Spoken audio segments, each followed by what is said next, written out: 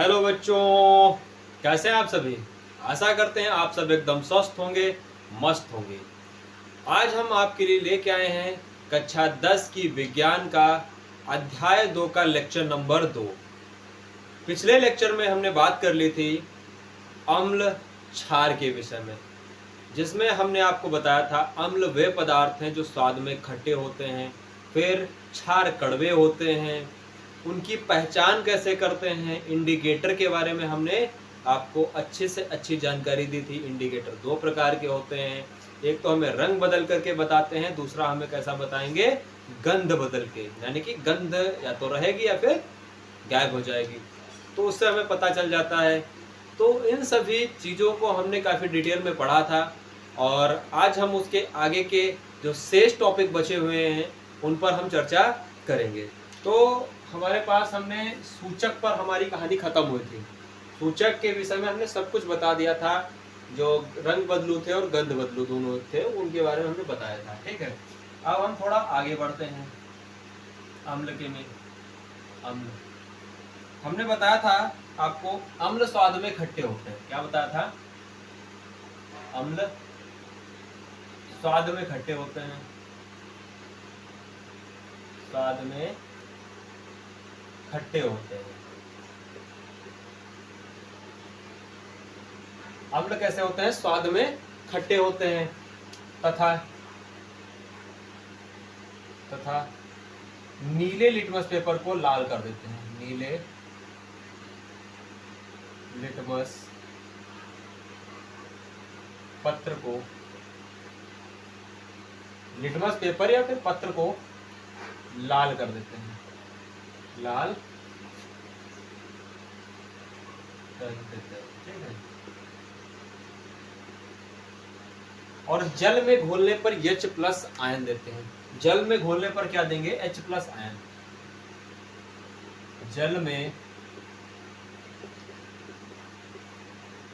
घोलने पर H+ ion देते हैं। ठीक है, ये तो परिभाषा हो गई अम्ल की। ठीक है, अब इसी जगह पे हम लिखते हैं क्षार की।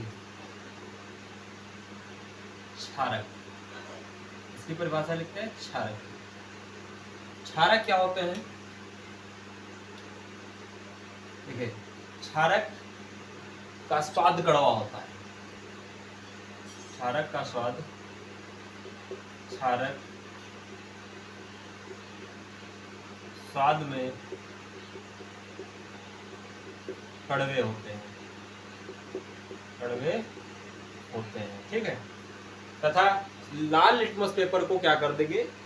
नीला। तथा लाल लिटमस पेपर को नीला कर देते हैं, नीला कर देते हैं।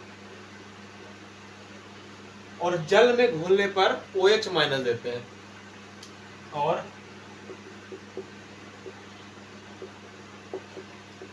जल में घोलने पर OH- आयन देते हैं।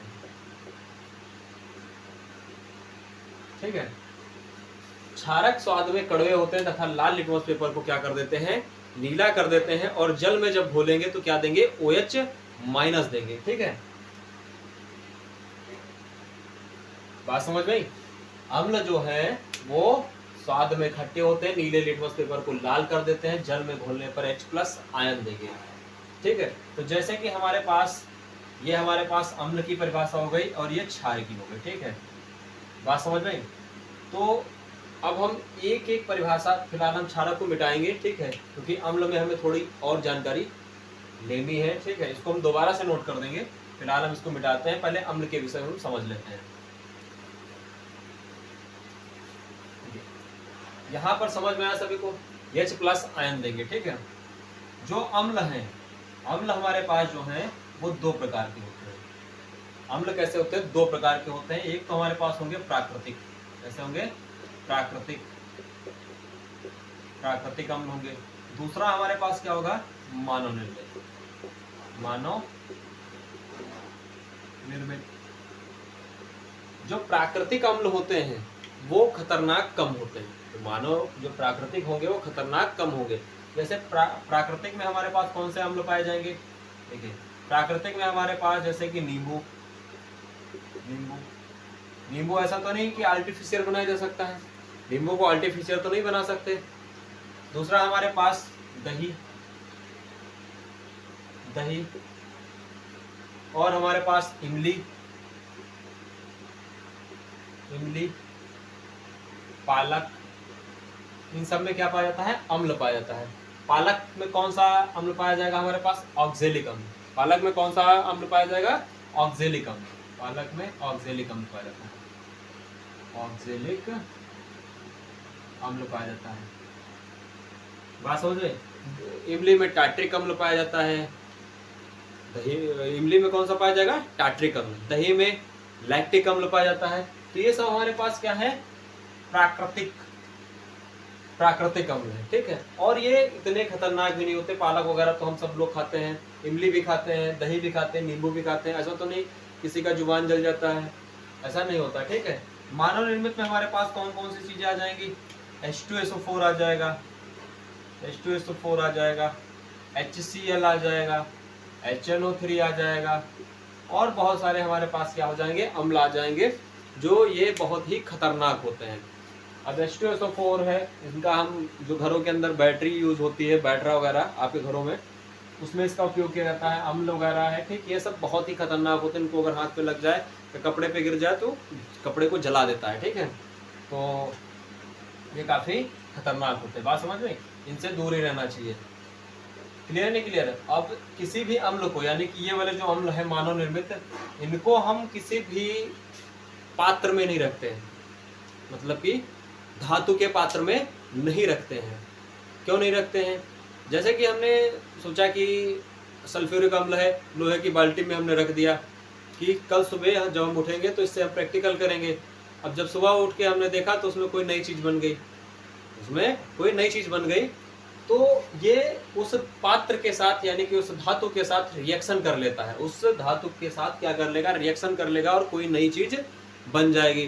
तो हम इसको किसी भी धातु के पात्र में नहीं रखेंगे।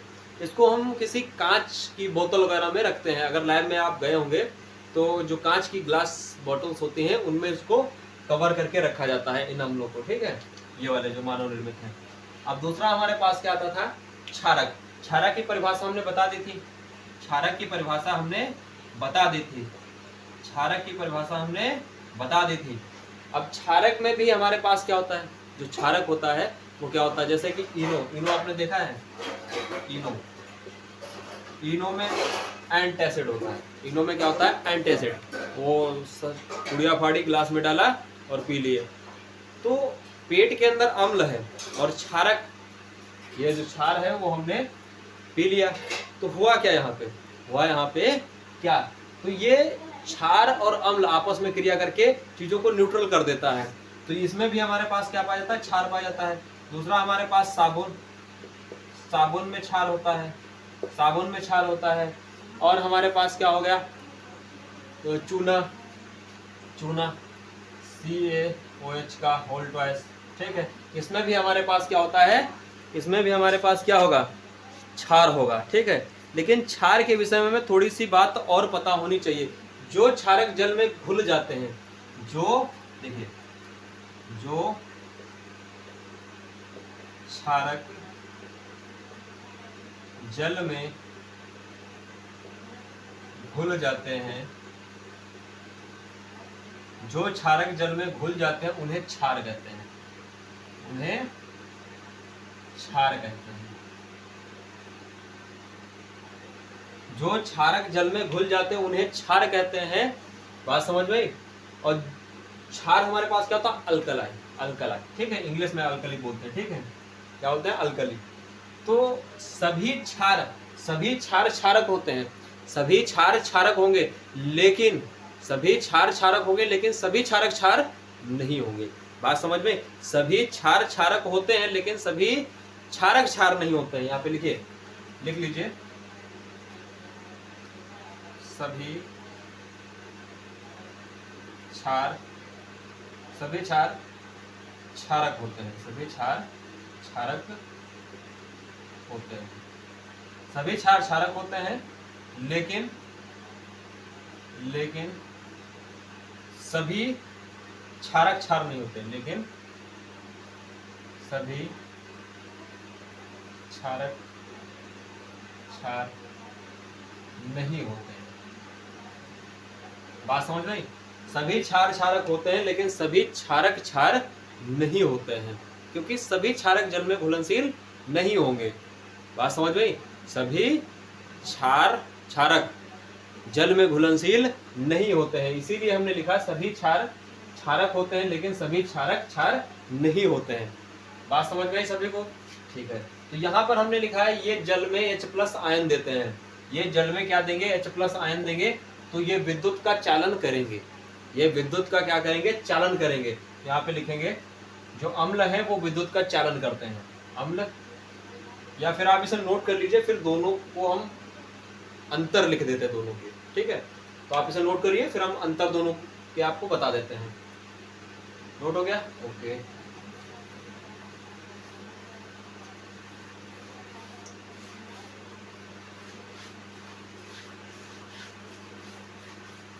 देखिए, अम्ल और क्षार में अंतर, हेडिंग लगाएंगे अम्ल और क्षार में अंतर, अम्ल और क्षार में, क्षार या क्षारक में अंतर, क्षारक में अंतर, ठीक है? यहाँ पर हम दो पार्टों में से डिवाइड करेंगे, एक तरफ लिखेंगे अम्ल और दूसरी ओर लिखेंगे क्या? क्षार, ठीक है? तो लिखेंगे, पहला पॉइंट हमारे पास क्या बनेगा? अम्ल स्वाद में खट्टे होते हैं, अम्ल स्वाद में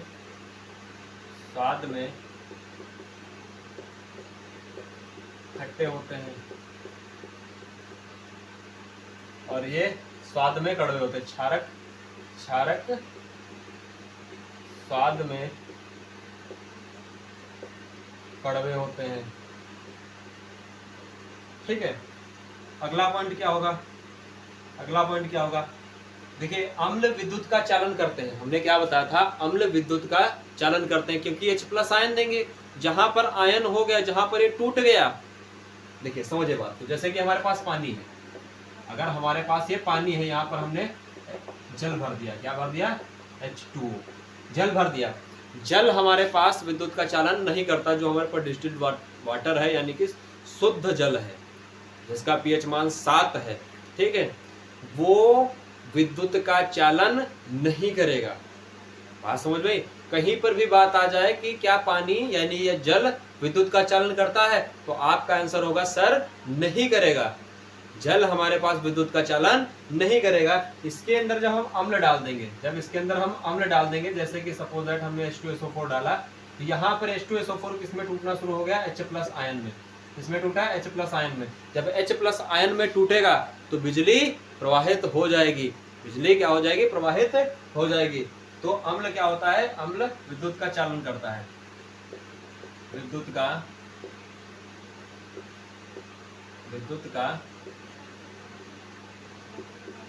चालन करता है, ठीक है?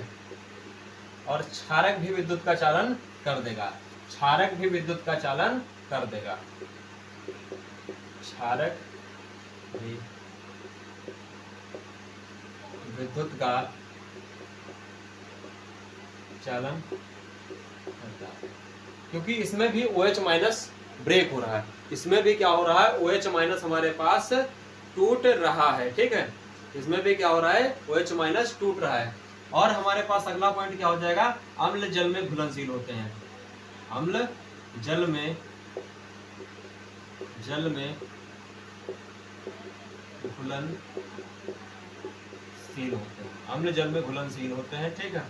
और क्षारक जल में घुलनशील हो भी सकते हैं और नहीं भी, ठीक है? क्षारक जल में घुलनशील हो भी सकते हैं और नहीं भी। बात समझ में? क्षारक जल में घुलनशील हो भी सकते हैं और नहीं भी। बात समझ में? और अगला पॉइंट हम क्या लिख देंगे? और अम्ल नीले लिटमस पत्र को, नीले लिटमस पत्र को लाल कर देता है। क्या कर देता है? लाल कर देता है। बात समझ गई? और ये क्या करेगा? लाल लिटमस पत्र को नीला कर देता है। यहां पर क्या लिखेंगे? क्षारक लाल लिटमस पत्र को, क्षारक लाल लिटमस पत्र को नीला कर देता है, नीला कर देता है। बात समझ में आई? ये पॉइंट आपको याद होने चाहिए। बात समझ में आई? क्योंकि यहाँ से आपके बहुविकल्पी क्वेश्चन बन जाएंगे। बात समझ में? यहाँ से आपसे बहुविकल्पी क्वेश्चन बन जाएंगे। क्वेश्चन पूछ लेगा क्या अम्ल विद्युत का चालन करता है, यस या नहीं। ठीक है, तो ऑप्शन होगा यस, विद्युत का चालन करेगा, विद्युत का चालन करेगा। तो ये पॉइंट आपको लर्न होने चाहिए। ठीक है, क्वेश्चन पूछ लेगा निम्नलिखित में से कौन नीले लिटमस पेपर को लाल करेगा। उसमें कई सारे ऑप्शन दे देगा, CaCO3, कैल्शियम कार्बोनेट, HCl, और आपका बहुत सारे ऑप्शन दे देगा। इसमें से कोई नहीं, तो ऑप्शन आपका कौन सा सही होगा? H2SO4, क्योंकि वो नीले लिटमस पेपर को क्या कर देगा? लाल कर देगा। ऐसे हमारे पास क्वेश्चन बनेंगे और यहाँ से आपको क्लियर होगा। ठीक है, ऐसा क्वेश्चन दे देगा निम्नलिखित में से कौन सा प्राकृतिक सूचक है, तो उसमें ऑप्शन दिया होगा हल्दी, फिनोप्थिलिन, मिथाइल ऑरेंज, और क्या दे देगा? और क्या दे देगा? प्याज। तो हमारे पास कौन सा होगा? हल्दी और प्याज। ये हमारे पास कैसे होंगे? प्राकृतिक सूचक होंगे। बात समझ में आई? तो ऐसे बहुत सारे क्वेश्चन बनेंगे यहाँ से, और यूपी बोर्ड में यहाँ से क्वेश्चन भी पूछे जाते हैं। तो आप सभी से याद रखिएगा, नोट कर लीजिएगा, कहीं ना कहीं नोट्स आप प्रॉपर बनाते रहिएगा, क्योंकि एग्जाम के समय आपकी वो बहुत मदद करेंगे। ठीक है, तो आप नोट्स जरूर बनाते रहिएगा। तो आप इसे फटाफट नोट करिए, फिर हम आगे बढ़ते हैं बहुत ही अच्छे टॉपिक के साथ।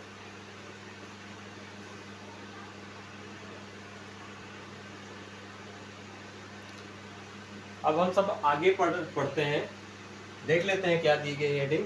कह रहा है अम्ल एवं क्षारक, अम्ल एवं क्षारक की धातुओं के साथ कैसे अभिक्रिया होती है। क्या कह रहा है? अम्ल एवं क्षारक की धातुओं के साथ कैसे अभिक्रिया होती है। तो पहली हेडिंग हमारे पास हम क्या बनाएंगे? यहाँ से पहली हेडिंग हम यहाँ से क्या बनाएंगे? अम्ल की धातु के साथ अभिक्रिया, अम्ल की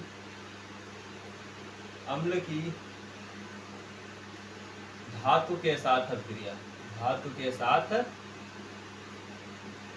अभिक्रिया, अम्ल की धातु के साथ अभिक्रिया हम लिखेंगे। बात समझ में? अम्ल की धातु के साथ अभिक्रिया, अम्ल कैसे धातु के साथ अभिक्रिया करेगा।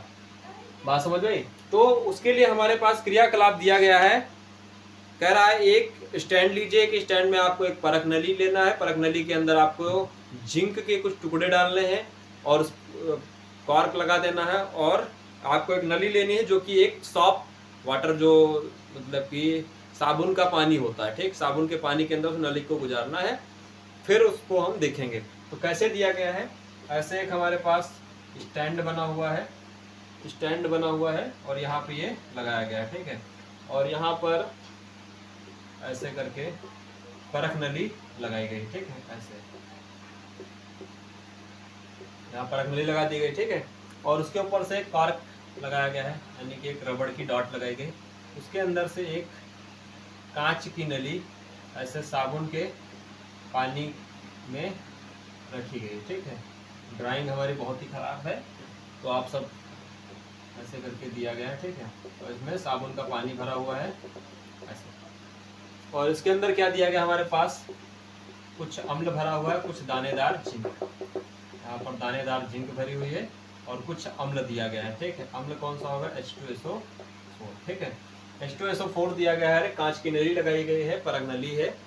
तो उसके अंदर क्या कह रहा है? देखिए, सीधी सी बात में हमसे कहना ये चाह रहा है कि जिंक की अम्ल के साथ अभिक्रिया आप कराइए, जिंक की अम्ल के साथ आप अभिक्रिया कराइए। तो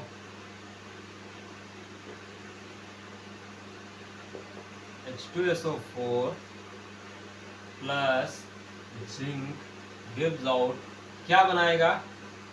जिंक सल्फेट ZnSO4 प्लस में हाइड्रोजन गैस निकल गई, प्लस में हाइड्रोजन गैस निकल गई। बात समझ में? हाइड्रोजन गैस यहाँ पर क्या हुई? निकल गई। जिंक सल्फेट और साथ में हाइड्रोजन गैस। तो यहाँ पर क्वेश्चन ये बनेगा, क्या दुनिया की सभी धातुएं, क्या दुनिया भर की सभी धातुएं अम्ल के साथ अभिक्रिया करके हाइड्रोजन गैस देंगी? क्या दुनिया भर की सभी धातुएं अम्ल के साथ अभिक्रिया करके हाइड्रोजन गैस देंगी? तो आपका आंसर क्या होगा? वीडियो को पॉज करके बताएं, आपका आंसर क्या होगा? देंगी या नहीं देंगी? तो आपका आंसर होगा सर नहीं देंगी।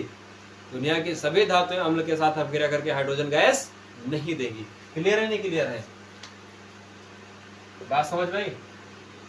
तो अब आप ये समझिए कि हमें सर कैसे पता चलेगा कि ये अभिक्रिया होगी या फिर नहीं होगी? तो अध्याय 1 में हमने आपको बताया था, अध्याय 1 में हमने बताया था आपको रिएक्टिविटी सीरीज। रिएक्टिविटी सीरीज हमने याद कराई थी आपको अध्याय 1 में। अध्याय 1 में हमने आपको रिएक्टिविटी सीरीज याद कराई थी। क्या बताया था? काका नाना चाचा, काका नाना चाचा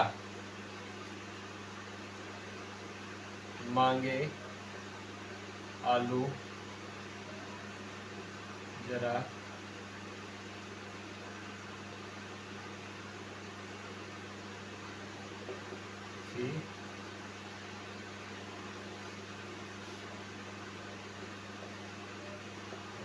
काका नाना चाचा मांगे आलू जरा फीके। ठीक है, काका नाना चाचा मांगे आलू जरा फीके। ठीक है, ठीक है। तो यहाँ पर से आपको यफी पीबी, यफी तक तो इसमें आ जाता है, पीबी और हाइड्रोजन आपको याद रखना पड़ेगा। या फिर केदारनाथ का माली आलू जरा फीका पकाता है, यहाँ ऐसे आप याद कर सकते हैं। ठीक है, क्लियर नहीं क्लियर है? केदारनाथ का माली आलू जरा फीका पकाता है, या फिर काका नाना चाचा मांगे आलू जरा फीके, ऐसे आप बोल सकते हैं। काका नाना चाचा मांगे आलू जरा फीके। और यहां से हाइड्रोजन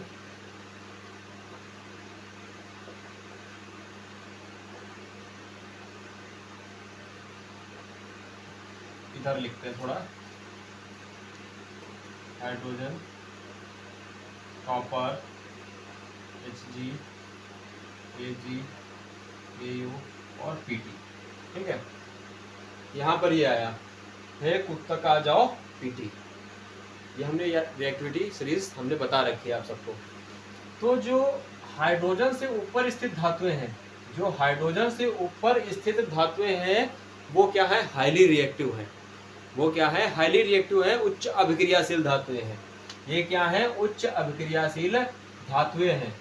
तो इनमें से अगर कोई सी भी धातु होगी हमारे पास, चाहे वो जिंक हो, चाहे आयरन हो, चाहे पीबी हो, चाहे एल्युमिनियम हो, चाहे मैग्नीशियम हो, चाहे कैल्शियम, चाहे सोडियम, कोई सा भी धातु हमारे पास दिया गया हो, बात समझ में? कोई सा भी धातु हमारे पास दिया गया हो, वो हमारे पास क्या बनाएगा?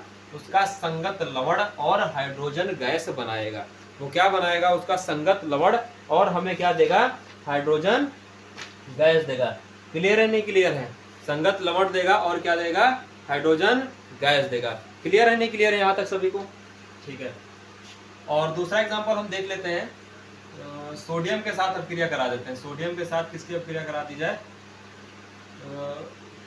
HCl की, HCl हाइड्रोक्लोरिक अम्ल। तो क्या बनाएगा? NaCl plus hydrogen gas. Balancing नहीं है, कर लेते हैं। दो भाग में हमारे पास क्या होगा? HCl और यहाँ पर 2NaCl और दो भाग में ये होगा, बस हो गया। यहाँ पर हाइड्रोजन गैस मुक्त हो जाएगी। तो यहाँ पर आपने देखा कि सोडियम जो है वो हाइड्रोजन को क्या कर रहा है? उसकी यौगिक से विस्थापित कर रहा है। तो उसका क्या बन रहा है? संगत लवण और हाइड्रोजन गैस प्राप्त हो रही है। हमें हाइड्रोजन गैस प्राप्त हो रही है। तो हम ये कह सकते हैं जो हाइड्रोजन से ऊपर स्थित धातुएं हैं वो हाइड्रोजन को उसके यौगिक से विस्थापित कर सकती हैं। क्या आपको लगता है ये अभिक्रिया पूर्ण होगी? क्या आपको लगता है ये अभिक्रिया पूर्ण होगी? बताएं, क्या ये अभिक्रिया होगी? वीडियो पॉज करके तुरंत बताएं, क्या ये अभिक्रिया आपको लगता है ये अभिक्रिया होगी यहाँ पर? तो आपका आंसर होगा सर नहीं होगी। क्यों नहीं होगी? क्योंकि हाइड्रोजन से नीचे स्थित है कॉपर, हाइड्रोजन से नीचे स्थित है कॉपर। कॉपर में इतनी ताकत नहीं है कि हाइड्रोजन को वो क्या कर सके, विस्थापित कर सके। बात समझ में? तो यह अभिक्रिया यहाँ पर नहीं होगी, यह अभिक्रिया यहाँ पर नहीं होगी। बात समझ में? ठीक है, तो ये रिएक्टिविटी सीरीज आप याद कर लीजिएगा और आपसे ये क्वेश्चन आसानी से हो जाएगा। अब आपको ये पता लगाना होगा कि यहाँ पर ये जो निकल रही है वो हाइड्रोजन गैस ही है, कोई दूसरी चीज तो नहीं है भाई। जैसे कि आपको पता होना चाहिए ना, आपको पता होना चाहिए, जैसे कि आपने पतीला लिया, पतीले के अंदर दूध डाला, चाय पत्ती डाली और चीनी डाल दी, तो आपको पता होना चाहिए कि चाय बन रही है या फिर शरबत। बात समझ में? क्लियर तो होना चाहिए क्या बन क्या रहा है। तो यहाँ पर कंफर्म करने के लिए हम क्या कर सकते हैं, देखिए एक परख नली ली, इसके अंदर हमने जिंक डाल दिया, ठीक है, और ऊपर से अम्ल डाल दिया कुछ ना कुछ, ठीक है, जिंक के टुकड़े हो गए और अम्ल डाल दिया हमने H2SO4 और यहाँ पर जिंक के टुकड़े Zn। तो ऊपर से जो गैस रिलीज होगी वो कौन सी रिलीज होगी? H2, हाइड्रोजन गैस रिलीज होगी।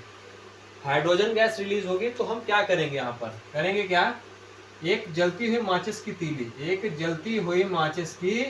तीली लेकर जाएंगे इसके ऊपर, तो एक साउंड आएगा, कौन सा साउंड होगा? Pop sound. कौन सा? पॉप साउंड, यानी कि फट फट की आवाज आएगी। कौन सी आवाज आएगी? फट फट की आवाज आएगी। तो उससे हम पता लगा लेंगे कि हाँ, इसमें जो निकल रही गैस वो हाइड्रोजन गैस ही है। बात समझ में? तो हम यहाँ से इसको पता लगा सकते हैं कि यहाँ से जो गैस निकल रही है वो हाइड्रोजन गैस ही है। क्लियर है? नहीं क्लियर है?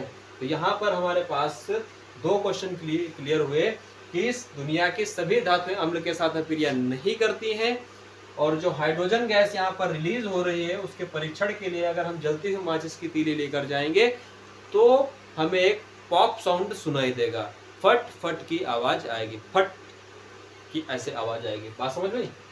तो ये बात यहाँ पर क्या हो गई? क्लियर हो गई। बात समझ में आई सभी को? ठीक है, तो अम्ल की धातु के साथ अभिक्रिया हमने देख ली, पढ़ ली, समझ ली। आगे बात करते हैं किसकी? क्षारक की अम्ल के साथ अभिक्रिया। क्षारक की अम्ल के साथ अभिक्रिया, तो इसको हम मिटा देते हैं यहाँ पर। क्षारक की अम्ल के साथ अभिक्रिया, अगला पॉइंट यहाँ पर हम क्या बनाते हैं? क्षारक की अम्ल के साथ अभिक्रिया। क्षारक की अम्ल के साथ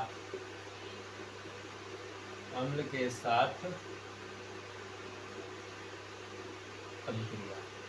क्षारक की अम्ल के साथ अभिक्रिया लिखनी है हमें, क्षारक की अम्ल के साथ हमें अभिक्रिया देनी है। बात समझ में? तो अभिक्रिया हमारे पास किताब में एनसीईआरटी बुक में दे रखी है, सोडियम हाइड्रोक्साइड। क्या दी गई है? Sodium hydroxide. एनसीईआरटी बुक में दे रखी है सोडियम हाइड्रोक्साइड की अभिक्रिया हम किसके साथ करा रहे हैं? जिंक के साथ करा रहे हैं।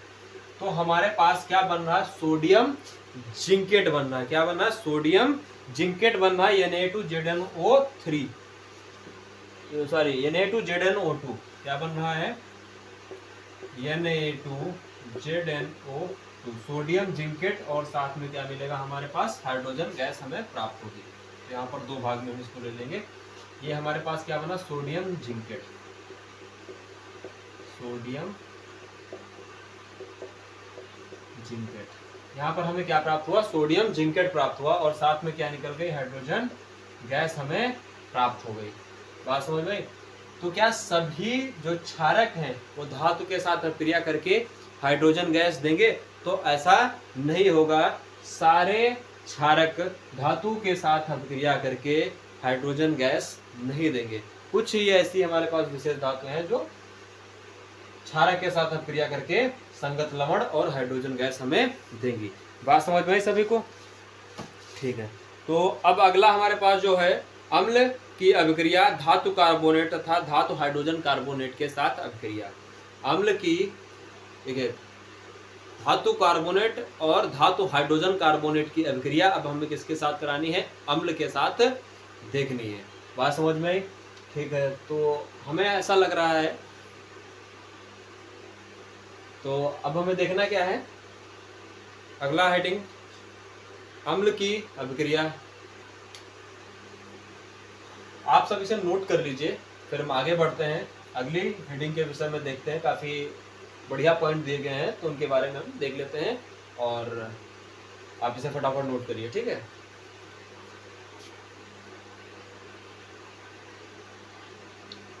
अब हम सब देख लेते हैं अम्ल की धातु कार्बोनेट तथा धातु हाइड्रोजन कार्बोनेट के साथ अभिक्रिया। तो पहला पॉइंट हम किसके साथ देखेंगे, अम्ल की धातु कार्बोनेट के साथ अभिक्रिया। अम्ल की धातु कार्बोनेट के साथ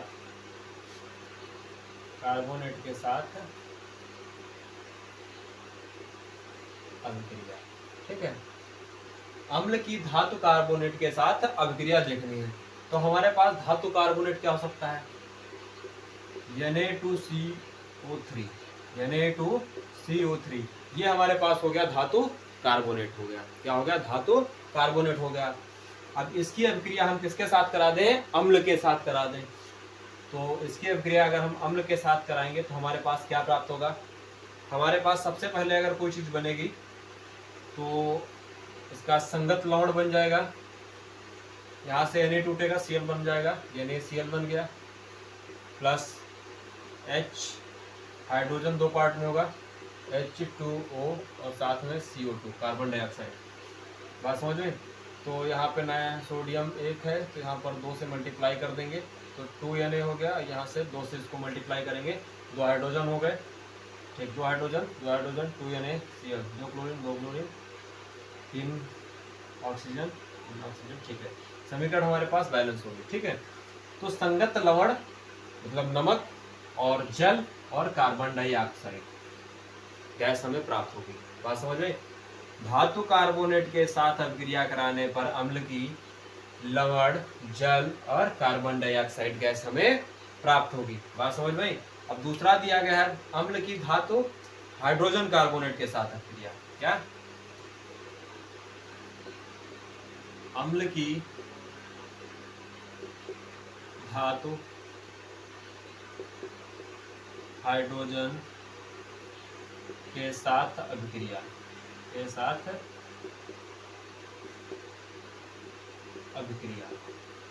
अम्ल की धातु हाइड्रोजन के साथ अभिक्रिया हमें देनी है, तो धातु हाइड्रोजन कार्बोनेट क्या होगा, सोडियम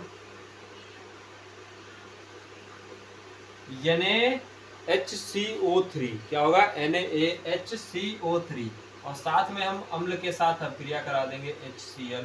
क्या बना देगा हमारे पास, सबसे पहले बनेगा नमक, साथ में जल बनेगा और साथ में कार्बन डाइऑक्साइड गैस यहाँ पर हमें प्राप्त हो जाएगी। सोडियम हाइड्रोजन कार्बोनेट की अम्ल के साथ अभिक्रिया कराएंगे तो सोडियम क्लोराइड, जल और कार्बन डाइऑक्साइड गैस हमें यहाँ पर प्राप्त होगी। बात समझ में आई? ठीक है, ये हमारे पास नमक है, जल है और कार्बन डाइऑक्साइड है। तो क्वेश्चन आपसे पूछेगा कि अम्ल की धातु कार्बोनेट के साथ अभिक्रिया कराने पर क्या प्राप्त होता है, नमक, जल और कार्बन डाइऑक्साइड। इसमें 4 ऑप्शन दे देगा, नमक, जल, हाइड्रोजन गैस, नमक, जल, सल्फर डाइऑक्साइड गैस, नमक, जल, कार्बन डाइऑक्साइड, चौथा ऑप्शन इनमें से कोई नहीं। तो आपको कौन सा ऑप्शन सिलेक्ट करना होगा, साल्ट, जल और कार्बन डाइऑक्साइड अगर गैस निकल रही तो हमारे पास वो क्या होगी, धातु कार्बोनेट के साथ अभिक्रिया, ठीक है, या फिर धातु हाइड्रोजन कार्बोनेट के साथ अभिक्रिया। दोनों के प्रक्रम सेम है, दोनों में सेम चीज रिलीज हो रही है। बात समझ में? दोनों में सेम चीज हमारे पास क्या हो रही है, रिलीज हो रही है, उत्पाद हमें सेम मिल रहा है, उसमें कोई भी डिफरेंस नहीं है, बस क्वांटिटी अलग अलग है, ये 2 भाग में 1 भाग में। क्लियर है?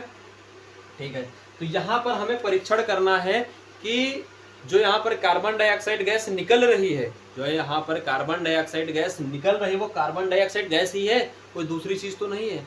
तो उसके लिए परीक्षण के लिए एनसीईआरटी बुक ने दिया गया है कि उत्पादित कार्बन डाइऑक्साइड गैस को चूने के पानी में प्रवाहित करने पर, चूने के पानी में प्रवाहित करने पर हमें क्या प्राप्त होगा। तो देखिए, ये आप नोट करिए, फिर आगे बढ़ते हैं। नोट हो गया? ओके, ठीक है। जो उत्पादित कार्बन डाइऑक्साइड गैस है यहाँ पर, उसके परीक्षण के लिए हम क्या करेंगे, उसके परीक्षण के लिए क्या करेंगे हम, चूने के पानी में कार्बन डाइऑक्साइड प्रवाहित करने पर, यहाँ पर लिखेंगे उत्पादित